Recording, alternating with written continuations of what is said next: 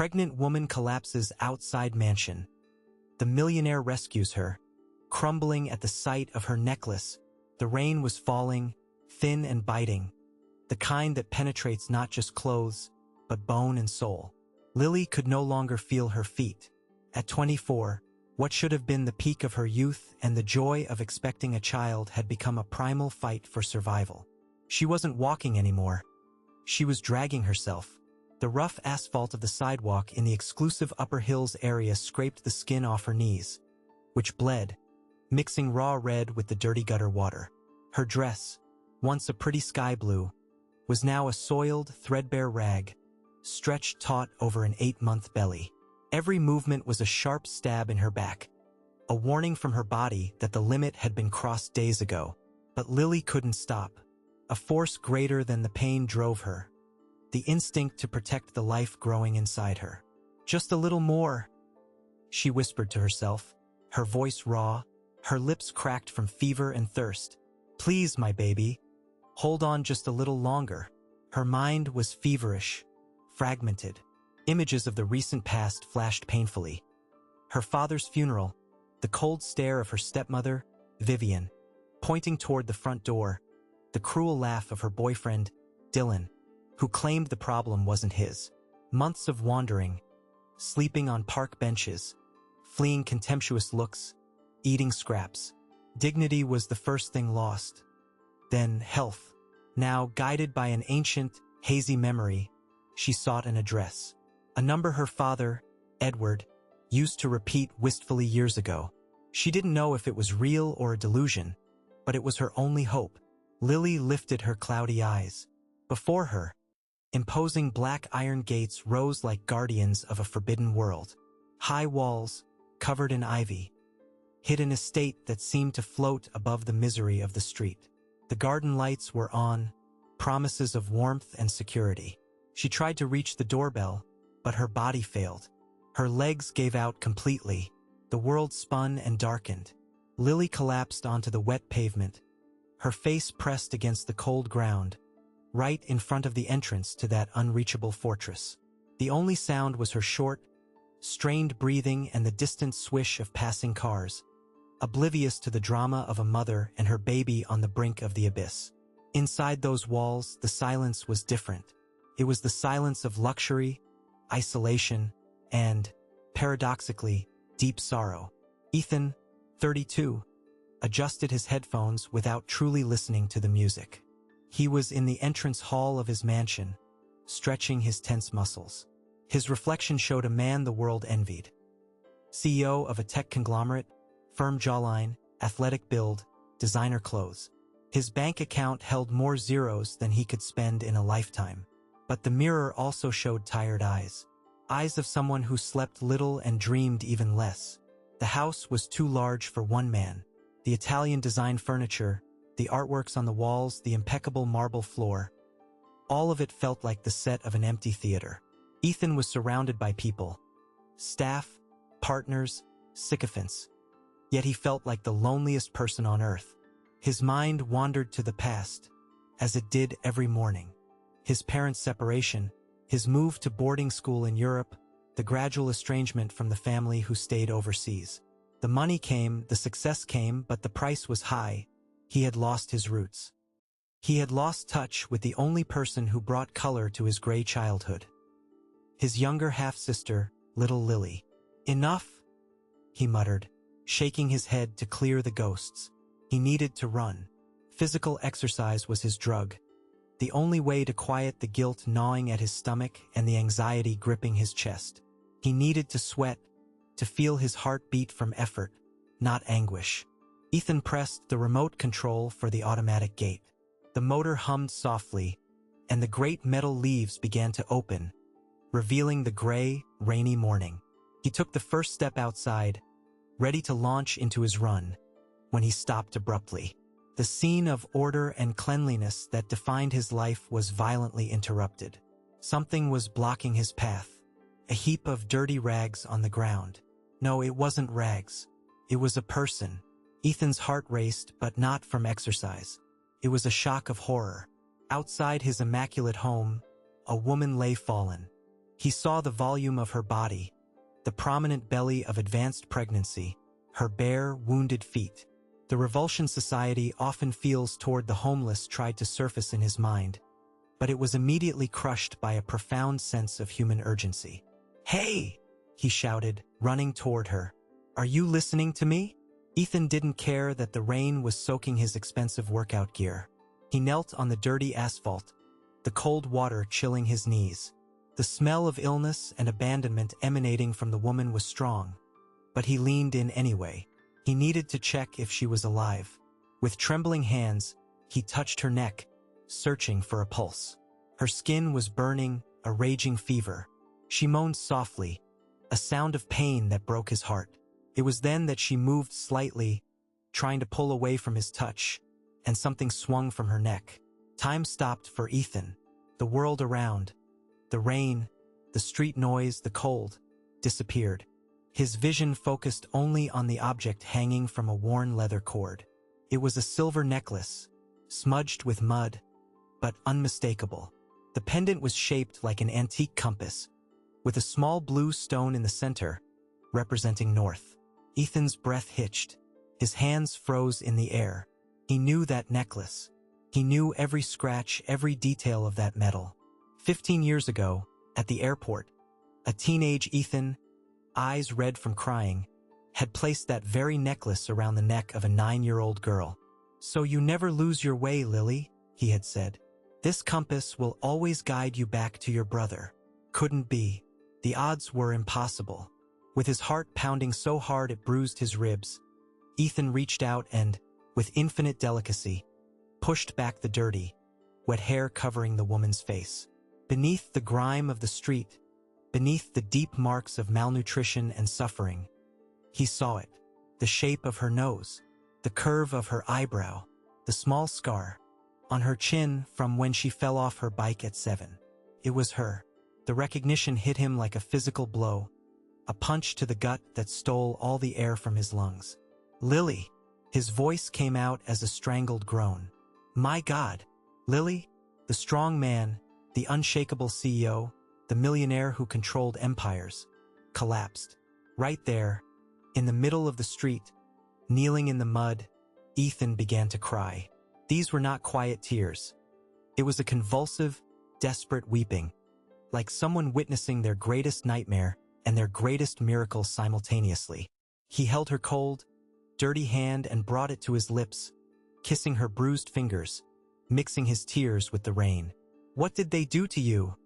he sobbed, despair taking over. "Where was I? Why didn't I protect you?" Lily opened her eyes minimally. They were glazed over, unfocused. She didn't seem to see him, but she felt the touch. "Brother?" she whispered, the word escaping on an almost inaudible breath, as if her soul had been repeating it in a loop for months. "Brother, help." That word was the trigger. Ethan swallowed his sobs and let the instinct of protection take control. Sorrow gave way to ferocious determination. He didn't hesitate. He didn't call an ambulance to wait in the rain.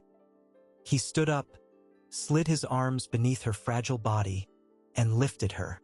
She was far too light for an adult, weighted only by the belly carrying life. The dirt from her dress stained his expensive white shirt with mud and blood, but Ethan held her against his chest as if she were made of crystal. "I'm here, Lily. I've got you. No one lets go of you again." He rushed into the mansion, yelling, "Marta, Alberto, get the car ready. Now!" The staff ran, startled by the sight of their soaked boss carrying a woman in a deplorable state. But no one dared to question him. The fury and fear in Ethan's eyes were absolute commands. Within seconds, he placed her in the back seat of his luxury armored SUV. He took the wheel himself, ignoring the chauffeur. The drive to the city's most exclusive private hospital was done at record speed. Ethan drove with one hand and held Lily's hand in the back with the other, talking to her the whole time, even though she had lost consciousness again. "Stay with me. You're strong. You were always the strong one in the family. Don't you dare give up now." He made calls on the speakerphone, his voice thundering orders. "I want the best obstetrics team ready at the entrance. Now, I don't care about the protocol. I'll buy that hospital if I have to, but save her and the baby. When the car screeched to a halt at the emergency entrance, a medical team was already waiting with a gurney. Ethan wouldn't let them touch her carelessly. He helped transfer her, holding her hand until he was stopped at the door of the surgical center. "Sir, you can't go past here," a nurse said, firm but compassionate. "She's my sister," Ethan shouted, his chest heaving. "She's all I have. We will take care of her, Mr. Thorne. Promise. But now we need to work." When the double doors closed, silence fell over him again. But now it wasn't the empty silence of the mansion. It was the terrifying silence of waiting. Ethan leaned against the cold corridor wall and slid to the floor, covering his face with his hands, praying for the first time in years. The ensuing hours were a blur of bitter coffee and white corridors. Ethan paced back and forth like a caged animal. He used his power to ensure Lily was in the hospital's presidential suite, with exclusive nurses 24 hours a day. When the doctor finally came out, the expression was serious but relieved. "She is stable, Ethan. The malnutrition is severe, the anemia is worrying, and there are infections we need to treat. The baby is a fighter, a little underweight, but the heart is beating strong. If she had stayed one more night on the street, well, let's not think about that. They are alive." Ethan released the breath he hadn't realized he was holding. "Can I see her? She's waking up now. Go easy. She's very confused." Ethan entered the room. The environment looked more like a luxury hotel than a hospital, with soft lighting and Egyptian cotton sheets. In the middle of the wide bed, Lily looked minuscule. She was clean now, her hair washed, wearing comfortable pajamas. IVs and monitors were connected to her, but the expression of pain had softened. He approached the bed, pulling up a chair. He sat down and just looked at her, memorizing every feature, trying to reconcile the image of the little girl he left with the broken woman he found. Lily's eyelashes trembled. She opened her eyes slowly, blinking against the light. Her gaze swept the ceiling, the floor, and finally landed on his face. There was a moment of doubt. She frowned, as if seeing a mirage. "Ethan?" Her voice was a scratched thread. He smiled, a trembling smile filled with tears. "It's me, Lily. It's me." She tried to lift her hand to touch his face, but was too weak. Ethan intercepted the gesture, holding her hand and resting it against his own cheek. His skin was warm and real. "Did I die?" she asked, with a simplicity that pained his soul. "No, my love. You are alive. You are safe. I found you. Or rather, you found me. That compass actually worked, didn't it?" Lily began to cry, not from sadness but from relief. A relief so profound that it made her entire body tremble. "They sent me away, Ethan. Dad died. Vivian kicked me out. Dylan said it wasn't his. I had nowhere to go. I just wanted my son to have a roof over his head." Every sentence was a knife in Ethan's chest. Rage began to bubble up inside him. A cold, calculating fury against those who had done this to her, but he pushed it down. This moment was about love, not revenge. "Shoo, it's over." He leaned in and kissed her forehead. "Listen closely to what I'm going to tell you, Lily. Never again. You will never be cold again. You will never be hungry again. That mansion, everything I own, it's yours. It's your son's. You are my family." "I was so scared," she sobbed. "I know. Forgive me for not being there. Forgive me for being blind in my castle while you suffered. But I swear, by the memory of our mother, that I will spend the rest of my life making it up to you." They stayed there, embracing awkwardly because of the wires in the belly, but it was the most important hug of both their lives. In that hospital room, two solitudes canceled each other out. The rich and spiritually poor brother, and the poor and courageously rich sister, reconnected. 3 days later, the hospital discharge was signed, but with strict restrictions. Absolute rest until the delivery. Taking Lily to the mansion was a military operation. Ethan dismissed the chauffeur and drove with excessive care, swerving around every pothole as if transporting nitroglycerin. When the mansion gate opened again, the feeling was different. It was no longer the scene of a horror film where he found her collapsed. Now it was a sanctuary. Ethan helped her out of the car and placed her in a wheelchair to take her to the room he had prepared. It wasn't just any guest room. He had transferred her things to the suite next to his, so he could hear if she called out at night. Lily looked at everything with wide eyes. The high ceilings, the chandeliers, the excessive comfort. She instinctively shrank a bit in the soft bathrobe he had bought. "It's too big, Ethan. I'm afraid of getting something dirty," she murmured, the street mentality still imprinted on her. Ethan stopped the wheelchair and crouched down in front of her, looking her in the eyes. "This house was just concrete and expensive furniture until you walked in here today. You don't dirty anything, Lily. You bring life to this place. If you want to paint the walls purple, we'll paint them. If the baby scratches the marble floor, I will frame the scratch. Understand? You rule here as much as I do." She nodded, swallowing her tears, and he saw a slight smile emerge at the corner of her lips. The first real smile. The routine in the following days changed the atmosphere of the house. The sepulchral silence was replaced by constant activity of care. Ethan, the relentless CEO, learned to decipher vitamin schedules, types of pregnancy pillows, and the importance of folic acid. He worked from his home office, refusing international trips, rushing to her room at every little noise. On a rainy afternoon, much like the day of their reunion, Ethan entered Lily's room carrying a tray with tea and toast. She was sitting in the armchair, looking out at the rain, her protective hand on her belly.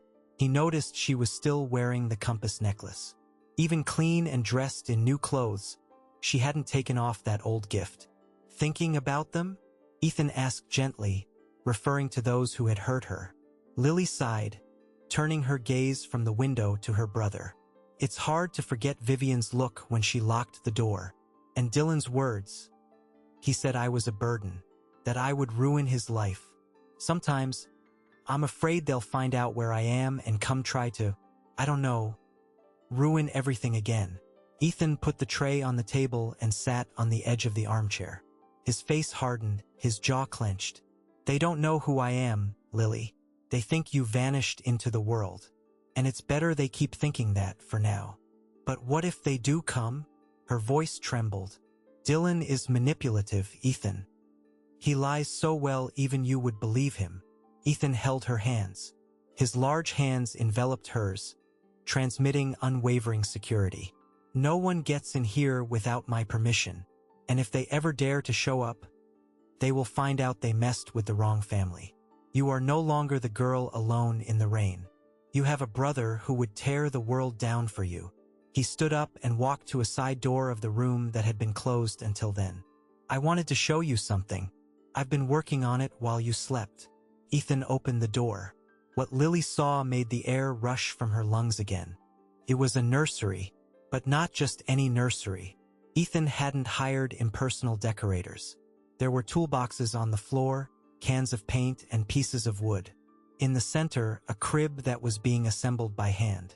"I'm not great with manuals." Ethan scratched the back of his neck, a little embarrassed. "But I wanted to assemble the crib myself. I wanted his first bed to be built by my hands." Lily stood up with difficulty and walked to the door. Tears streamed freely down her face now. "Ethan, I lost your childhood, Lily. I lost your birthdays, I lost your graduations. But I will not lose a second of this boy's life. He won't be my distant nephew. He will be my son too. Son of this house. Heir to all of this." He approached and placed his hand over her belly.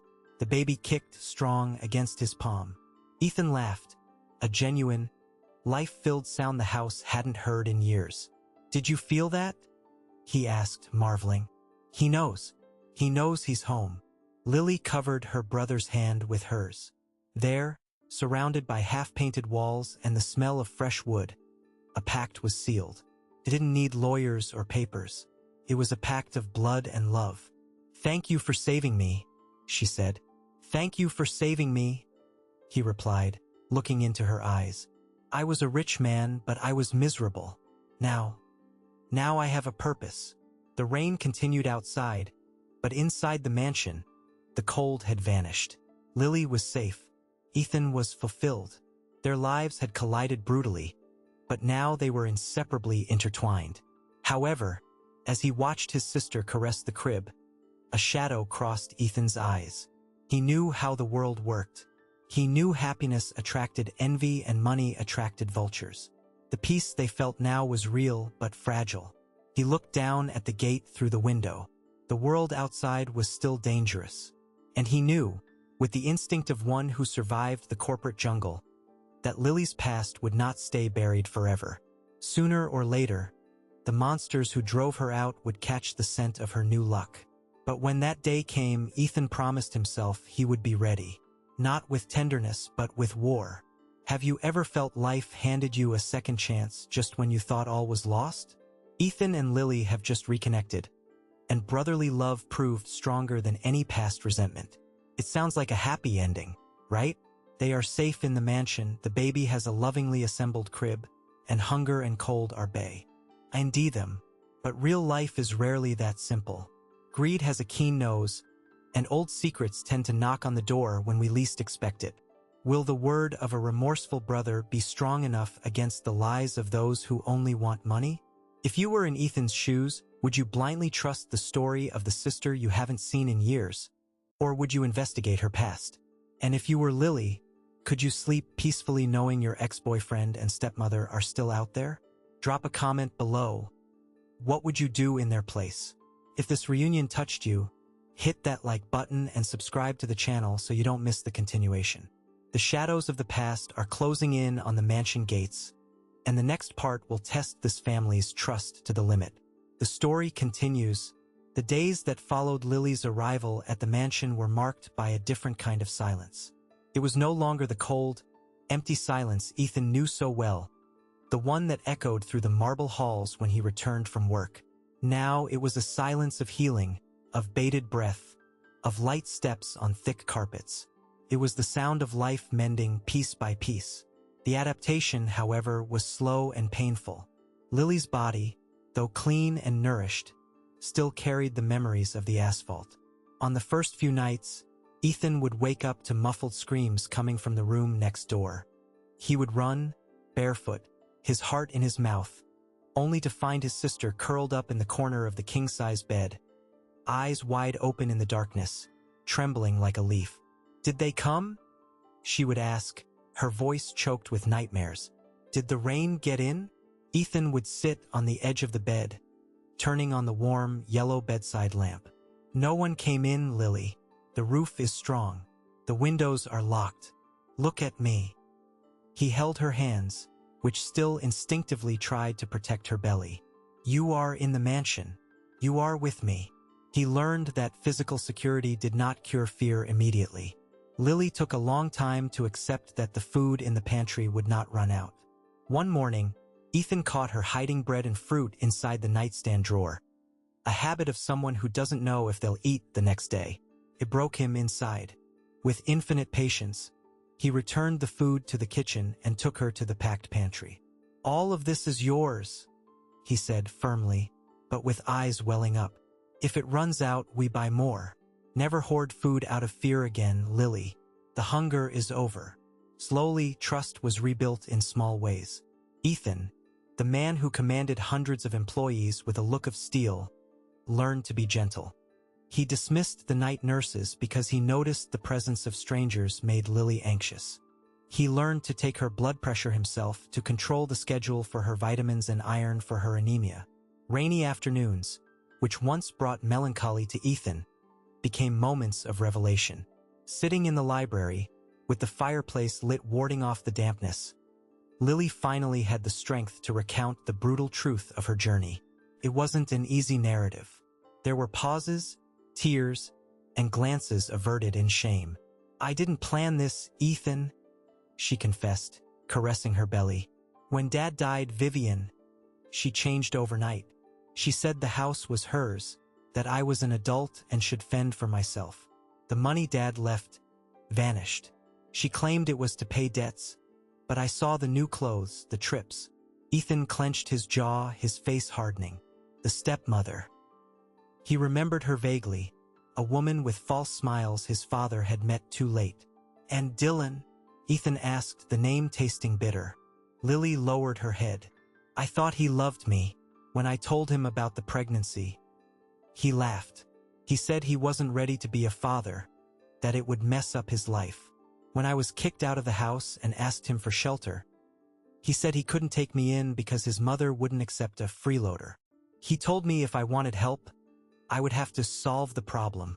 She touched her belly protectively. "I would never do that. So I went to the street." Ethan listened with a mix of contained fury and deep compassion. He realized his assumption that she had been fine all these years was an unforgivable negligence. The money he sporadically sent to his father's account likely never reached her hands. "Money attracts parasites, Lily," he said, looking at the fire. "I spent years thinking I was building an empire, but I was only building walls. You, on the street, had more courage and dignity than any partner I've ever had." That moment sealed something between them. Mutual care blossomed. She brought humanity to his life, breaking the cold shell of the executive, and he offered the financial and physical shield she desperately needed. The definitive consolidation of this bond occurred a few weeks later, when Ethan decided the guest room no longer sufficed. He wanted a real nursery. He dismissed famous decorators and renowned architects. He bought the tools, the wood, the paints. Lily, her belly now too heavy to help, sat in the armchair, watching her older brother, the great CEO, sweating, sanding wood, and painting walls in pastel shades. It was there, surrounded by toys still in boxes and the smell of fresh paint, that Ethan made the most important promise of his life. He stopped assembling the crib, wiped his hands on a cloth, and walked over to her. He knelt and placed both hands on her belly, feeling the life pulse within. "Listen closely, Lily." His voice was solemn. "People out there can say whatever they want. They can say he has no father, that he is a child of chance. But in here, he is a king. This boy won't be a distant nephew I see at Christmas. He will be a son of this house. He is my heir. Everything I have built, everything I am, will be the foundation for him to grow. I will be the father he needs and the brother I should have been to you from the start." Lily cried, but this time it was tears of peace. For the first time in months, she felt that the future was not a black hole, but an illuminated path. That family pact seemed unbreakable, shielded against any worldly malice. However, genuine happiness has a brightness that bothers those who live in the shadows. And the news that the billionaire, Ethan Thorne, had rescued a pregnant vagrant and brought her into his fortress didn't take long to leak. The world of the rich is small, and gossip travels faster than truth. The news reached the ears of those who shouldn't have heard it. Vivian, the stepmother, and Dylan, the ex-boyfriend. They were broke. The money from Lily and Ethan's father's inheritance had been squandered on vanity, and Dylan's life was a succession of failures and gambling debts. When they learned that poor Lily was now under the protection of one of the country's greatest fortunes, greed ignited in them like gasoline to fire. The attack wasn't frontal. They knew they couldn't simply knock on the gate and demand money. They needed to be clever. They needed to undermine the basis of that protection: Ethan's trust. Dylan was chosen to deliver the blow. He studied Ethan's routine, found out where he lunched, and who his associates were. And he waited for the right moment. It happened on a gray Tuesday.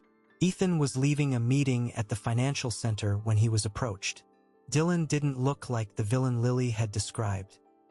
He was well-dressed, with a rehearsed expression of humility and downcast eyes, simulating repentance.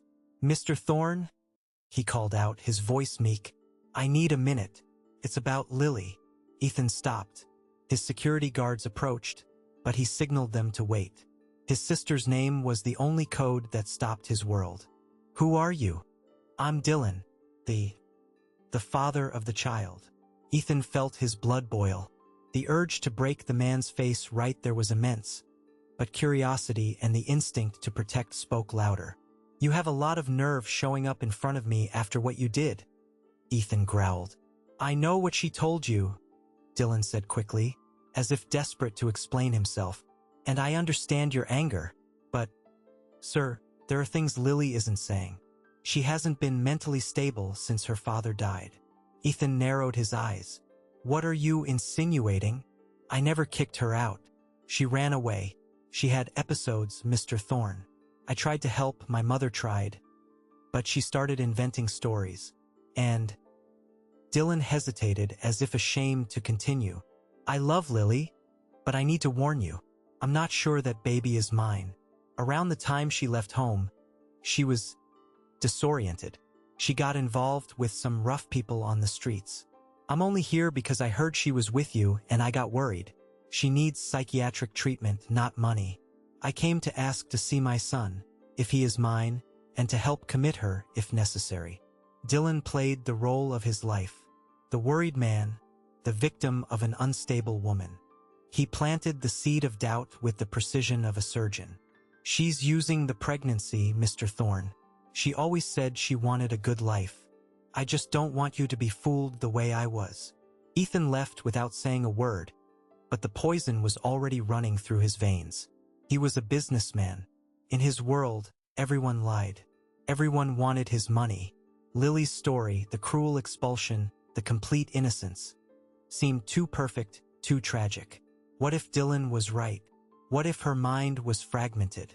What if he was raising the child of some unknown person from the street, the fruit of a life she had hidden? The drive home was silent and heavy. When he arrived, he found Lily in the nursery, folding tiny clothes with a smile on her face. The image, which in the morning would have brought him joy, now tied a knot in his stomach. The crisis of trust was brief, but devastating. Ethan couldn't suppress the suspicion. He needed to know. Lily, we need to talk, he said, standing in the doorway without entering.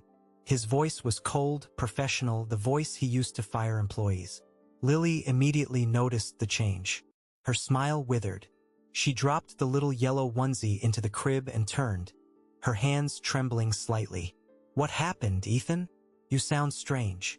Dylan contacted me today. The name dropped into the room like a bomb. Lily paled, putting her hand to her mouth. What did he say? Did he threaten you? No. He seemed concerned. Ethan entered the room, crossing his arms, maintaining distance. He said you ran away from home, said you had episodes, and he said there are doubts about the paternity. Lily's eyes widened, the shock giving way to an acute pain.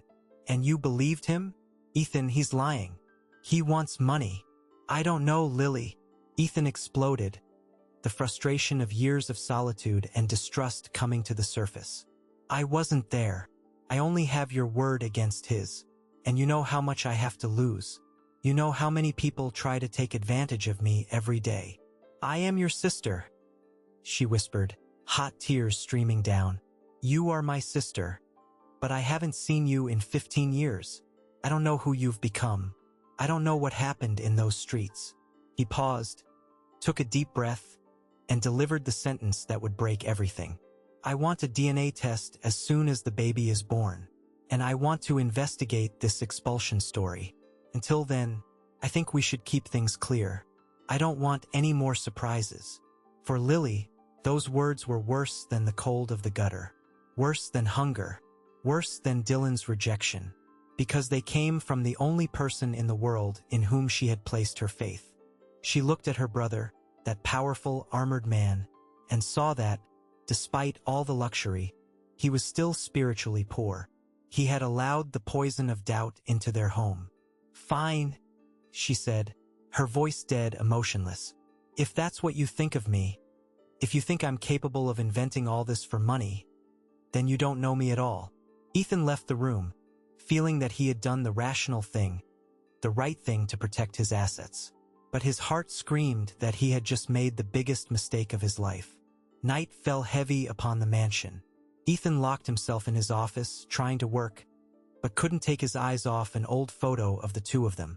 The silence of the house returned to that oppressive, freezing quiet. In the next room, Lily made a decision. She couldn't stay. She couldn't be the suspect under her own brother's roof. She couldn't raise her son in an environment where her honor was questioned. The pain of distrust was unbearable. She preferred the dignity of poverty to the humiliation of conditional wealth. With slow, painful movements, she picked up a small bag. She packed only a change of clothes and her documents, which Ethan had recovered. She took nothing he had bought, not the jewelry nor the silk clothes. She sat at the desk and wrote a short note. Her tears stained the paper, but her handwriting was firm. Then, she performed the most difficult gesture. She reached for her neck and opened the clasp of the necklace. The silver compass, the gift that had guided her there, slipped through her fingers. She placed it over the note on the nightstand. The object that symbolized the way back now marked the farewell. Lily descended the stairs on tiptoe, taking advantage of the security shift change she had memorized. The side gate was unlocked. The street welcomed her back with a cold wind, but Lily held her head high.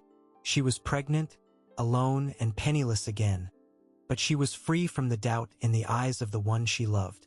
She walked into the darkness, determined to seek a public shelter before the contractions, which were already signaling an alarm from the stress, became too strong. The next morning brought sunlight, but for Ethan, it brought total darkness. He woke with a bad premonition. The house was too quiet. He went to Lily's room, ready to apologize, ready to say he loved her and that the test was nonsense. He knocked on the door. Silence. "Lily?" he called, turning the knob. The room was immaculate, the bed made, untouched. The empty crib seemed to mock him. Ethan entered, panic rising in his throat. His eyes scanned the room until they stopped at the nightstand. There it was, the folded paper and the silvery gleam of the metal. He walked toward it as if heading to the gallows. He picked up the necklace. The metal was cold. He read the note. "The compass brought me to you, Ethan. But trust is the only map that matters, and we lost that one. I don't want your money if it comes with doubt about who I am. Take care. I will take care of my son. Far from the shadow of your wealth and their lies. Goodbye." Ethan collapsed. He fell to his knees on the plush carpet, clutching the necklace to his chest, letting out a cry of pain that echoed through the empty mansion. The richest man in the city was, at that moment, utterly destitute. He had everything and he had nothing. Money and power were useless if he hadn't been able to offer the only thing she needed: unconditional trust. But the pain quickly gave way to desperation. She was almost 9 months pregnant. She was alone, and the vultures, Dylan and Vivian, were still at large. Ethan stood up, his face distraught, his eyes red not from crying, but from a terrifying determination. He had failed as a brother, but he would not fail as a protector. Not this time. Life plays cruel tricks on us, doesn't it? Just when everything seemed perfect, doubt, planted by external malice, destroyed what love was building. It's easy to judge Ethan for believing the lies, but think about it. In a world where everyone wants to take advantage, how far does our faith in people go? Now, Lily is back on the streets, about to give birth, vulnerable and alone. And Ethan is in the mansion, with the truth in his hands, but without his sister. His pride cost too much. If you were in Lily's shoes, would you have left the necklace and gone to maintain your dignity? Or would you have swallowed your pride to ensure your son's comfort? That is an impossible choice. Drop a comment below with the word compass if you think Lily was right to leave, or stay if you think she should have fought for the truth inside the mansion. Be sure to hit the like button and subscribe to the channel, because the next part will be the explosive conclusion to this story. Ethan will discover the truth about Dylan, and the race to find Lily before the birth will leave you breathless. Justice is delayed, but will it arrive in time? Find out in the next part. The inertia of despair lasted briefly. Ethan remained kneeling on the empty room's carpet for a few minutes, just enough time for the tears to dry and give way to something far more dangerous: a calculating coldness. He stood up, wiped his face with the back of his hand, and looked at the compass necklace on the nightstand. He didn't put it in a drawer. He placed it in his pants pocket, close to his body, as a physical reminder of his mistake and his mission. The CEO who commanded empires woke up. That sentimental, vulnerable man who allowed himself to be manipulated by a cheap suit hustler was locked away somewhere deep in his mind. Now Ethan needed facts, He went downstairs and picked up the phone. It was 6 in the morning. "Almeida?" he said to his corporate head of security, ignoring the hour. "I want a full dive into the lives of Dylan Vance and Vivian Thorne. I want bank statements, debt history, lawsuits, traffic fines, social media conversations. I want to know what they had for breakfast for the past 5 years. You have 2 hours." While the security team worked, Ethan didn't stay put. He went to the garage. He didn't take the slow, armored SUV. He chose a fast, discreet sports sedan. He knew Lily wouldn't have gone far on foot, not in her condition. But the city was a cruel labyrinth for the homeless. He drove through the streets of the exclusive district, slowing down at every bus stop, every park. The rain had stopped, but the ground was still damp, reflecting the gray sky. With every woman he saw in the distance, his heart jumped, only to sink in disappointment when he realized it wasn't her. The phone rang before the 2 hours were up. It was Almeida. "Boss, you're not gonna like what we found. Or maybe you will, because it confirms your suspicions, but in the wrong way." "Talk," Ethan ordered, pulling the car over to the shoulder. "The guy, Dylan, he owes his soul to illegal bookmakers. His debt is over $200,000. He's being threatened by loan sharks. There are messages on his phone, recovered from the cloud, coordinating with Vivian." Ethan gripped the steering wheel until his knuckles were white. "What do the messages say?" "It's a plan, Mr. Thorne. They monitored your sister's entry. Why into your home? Vivian explicitly states, if she stays there, her brother's money will protect her. We need to make her leave or make him doubt her. If we can get custody of the kid, the alimony pays your debts and leaves some left over for me." Ethan's stomach churned. The nausea of guilt was overwhelming. He had fallen for it. Like an amateur, he had fallen for the oldest trick in the book, set up by 2 mediocre people, and the price had been his sister's safety. "And her expulsion from the house?" Ethan asked, his voice hoarse. "Confirmed. Neighbors reported shouting and saw the stepmother throwing her clothes into the street months ago. There's even a police report Lily tried to file at the time, but it was archived due to lack of proof and witnesses. She told the truth the whole time, boss." Ethan hung up the phone. There was no more room for doubt, only for action. He knew where Dylan lived. The address was in the preliminary report. But Dylan wasn't the priority.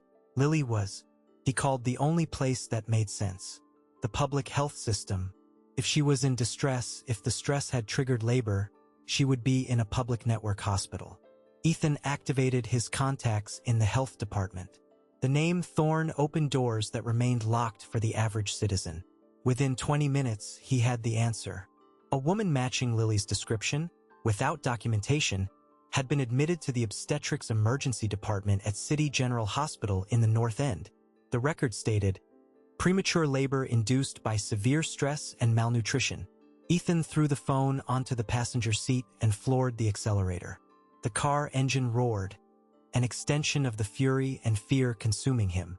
He tore through the city traffic, ignoring red lights, guided only by the urgency of arriving before it was too late. City General Hospital was a scene of chaos. Crowded corridors, gurneys in the corners, people crying, doctors running. The smell of antiseptic and human sweat was suffocating. Lily was on a narrow bed in a shared room with 3 other pregnant women. The labor pains came in violent waves, tearing at her back and belly. She was alone. There was no one to hold her hand, no one to give her water. Just the cold solitude she thought she had left behind. "Hold on, my baby," she groaned, biting her lip to avoid screaming and frightening the other women. "Mommy's here, just the 2 of us, like it's always been." Suddenly, the ward door opened. Lily expected a grumpy nurse, but who walked in made her blood run cold. Dylan. He was sweaty, his eyes glazed like someone who hadn't slept for days, driven by the desperation of debt. He found her. Like a predator smelling blood, he discovered where she had gone. He approached her bed quickly, holding a crumpled paper and a pen. "Did you think you could run from me, Lily?" he hissed, ignoring her condition. "Did you think you could take my gold mine away? Get out of here." Lily tried to pull away, but she was trapped by the four and the pain. "Help!" The other women in the room shrank back, frightened. "Shut up!" Dylan grabbed her arm tightly. "You're going to sign this right now. It's a shared custody agreement. You're going to say I'm a present father and we're raising this child together. That way, when your rich little brother comes to pay alimony, he'll have to deposit it in my account, too." "Never!" Lily cried, trying to break free. "The baby isn't yours. You said he wasn't yours. Now he is. With the Thorne name involved, he's my beloved son. Sign it." Dylan forced the pen into her hand, squeezing her bruised fingers. Lily screamed in pain, a strong contraction mixing with terror. "Hey, what's going on here?" A nurse entered, shouting. "Just a couple spat. Back off." Dylan yelled back, shoving the nurse. It was at that moment that the chaos in the corridor changed pitch. It wasn't cries of pain, but commands. Heavy, fast footsteps approached. The ward door was slammed open, hitting the wall. Ethan was there. He wasn't impeccable as usual. His shirt collar was open, his hair disheveled, his chest heaving. But his eyes burned with an intensity that made Dylan instantly release Lily's arm. Behind Ethan, 2 huge security guards blocked the exit. "Ethan?" Lily whispered, and the tension in her body gave way so much she almost passed out. Dylan tried to regain his composure, flashing that cynical, false smile. "Mr. Thorne, so glad you made it. I was just calming Lily down. She's nervous about the delivery and—" Ethan didn't let him finish. He crossed the room in 3 wide strides. There was no civilized dialogue. There was no negotiation. Ethan grabbed Dylan by the shirt collar and slammed him against the wall with a brute force that surprised everyone. "Calming her down?" Ethan roared, his face inches from Dylan's. "I know about the debts, Dylan. I know about the gambling. I know about the deal with Vivian." The color drained from Dylan's face. I can explain." "You won't explain anything. You will listen." Ethan squeezed the collar tighter, slightly suffocating him. "If you dare to come within 500 yards of my sister or my nephew again, I won't call the police. I will use every dime of my fortune to ensure you never see the light of day. I will bury you in so many lawsuits your grandchildren will be born owing legal fees." He released Dylan, who fell to the floor, coughing and trembling. "Get this garbage out of here," Ethan ordered the security guards, not even looking back, "and hand him over to the police outside. The detective is already waiting with the file for extortion and assault." As Dylan was dragged out, whimpering, Ethan turned back to the bed. The fury vanished from his face, replaced by immense pain. He knelt by Lily's bed, exactly as he had done on the street days ago. But now the shame was all his. "Lily?" He took her hand, which was bruised where Dylan had squeezed it. "Forgive me. Please, forgive me. I was an idiot. I was weak." Lily looked at him. She saw the sincere repentance, saw the fear of losing her. She saw the brother who protected her in childhood, finally back, without the armor of money. "You came," she said, her voice weak. "I will always come. They'll never doubt you again. Never." A new contraction hit Lily, much stronger and longer than the previous ones. The heart monitor started beeping faster. "It's time," shouted the nurse, who now returned with a complete medical team, mobilized by the billionaire's presence. "We're taking her to the delivery room now." "I'm going with her," Ethan said, standing up. "Sir, it's restricted," the doctor began. "I am the father," Ethan shouted, then corrected himself, realizing the absurdity but maintaining the intensity. "I'm the father, the uncle, the grandfather. I am her family, and I am not letting go of her hand." His determination was a force of nature. No one dared to argue. They quickly dressed him in surgical scrubs, and he ran alongside the gurney, holding Lily's hand as the ceiling lights zipped past them. Inside the delivery room, the world narrowed down to Lily's breathing and Ethan's voice. "Look at me, Lily. Breathe. You are strong. Remember when we fell off the bike? You didn't cry. You got up and pedaled again. This is nothing. It hurts, Ethan.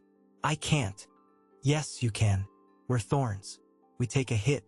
Push. Time stretched. Minutes felt like hours. But then, a sound cut through the tense, sterile air of the room. A cry.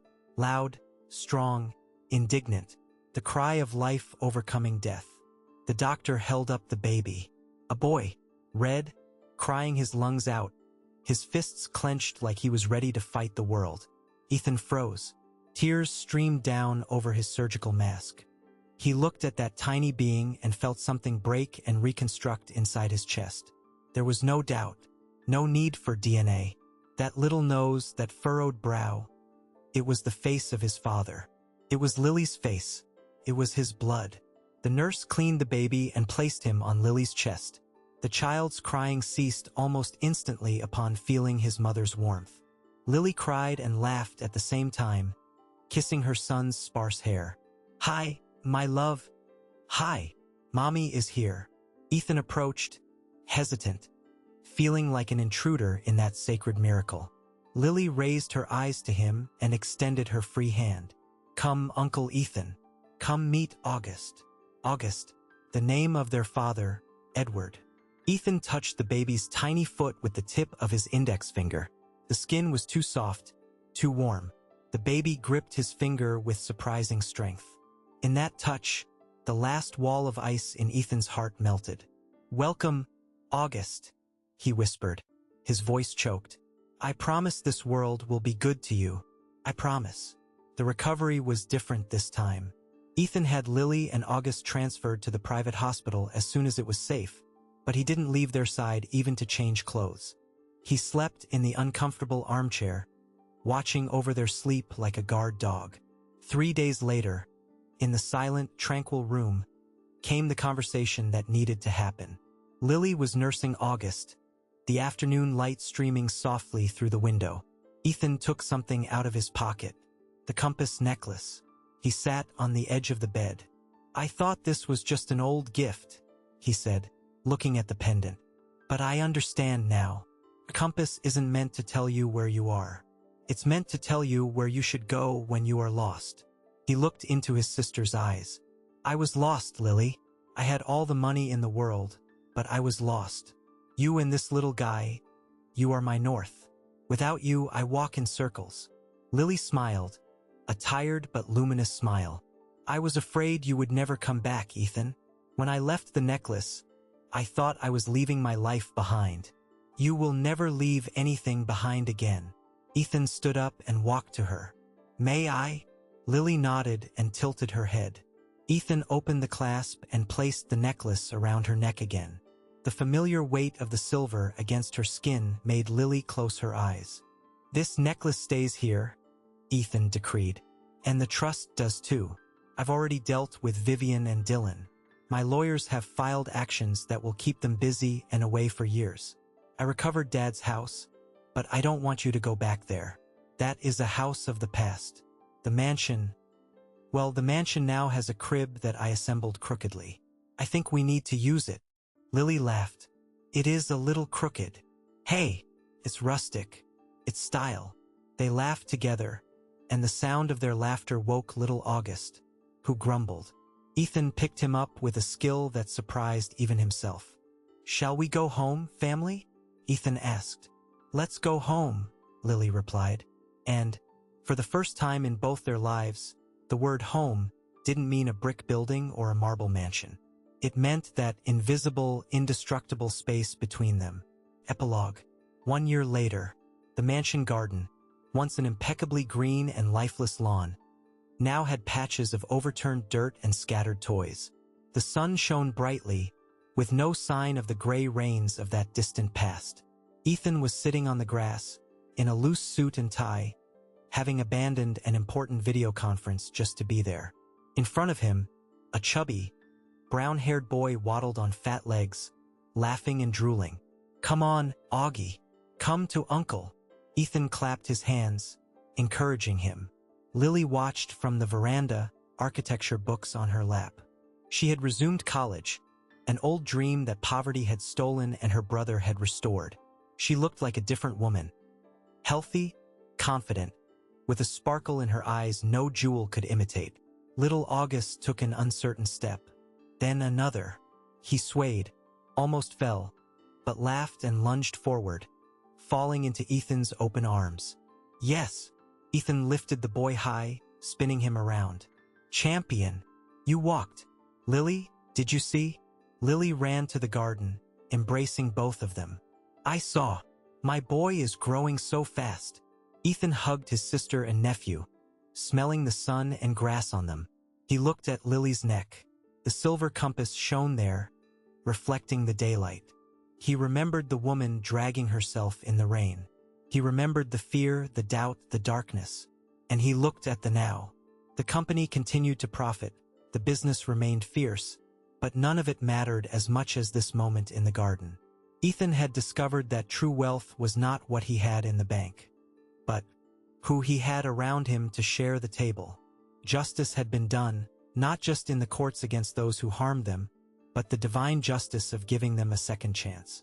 You know, Lily, Ethan said, with August pulling his tie, I think Dad would be proud of us. Lily touched the compass pendant and smiled, looking up at the blue sky. He is Ethan. He always knew that, in the end, we would find our way back to each other. And there, under the warm sun of a new life, the Thorne family was finally complete. The compass no longer needed to point north, for they had already reached their destination. What an emotional journey, right? Seeing Ethan step out of that ivory tower and get his hands dirty with mud and life to save his sister is proof that true love always demands action, not just words. They conquered greed, lies, and pride to build something beautiful. Often, life brings us to our knees, as it did Lily, or blinds us with success, as it did Ethan.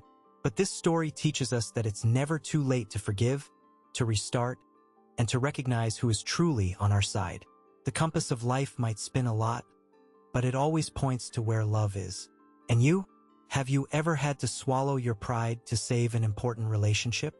Or have you been saved by someone when you least expected it? Drop a comment below with the word family if you believe that brotherly love can overcome any barrier. I want to know your opinion. If the story touched your heart, please leave a like and subscribe to the channel. Share this video with that special person who is your north.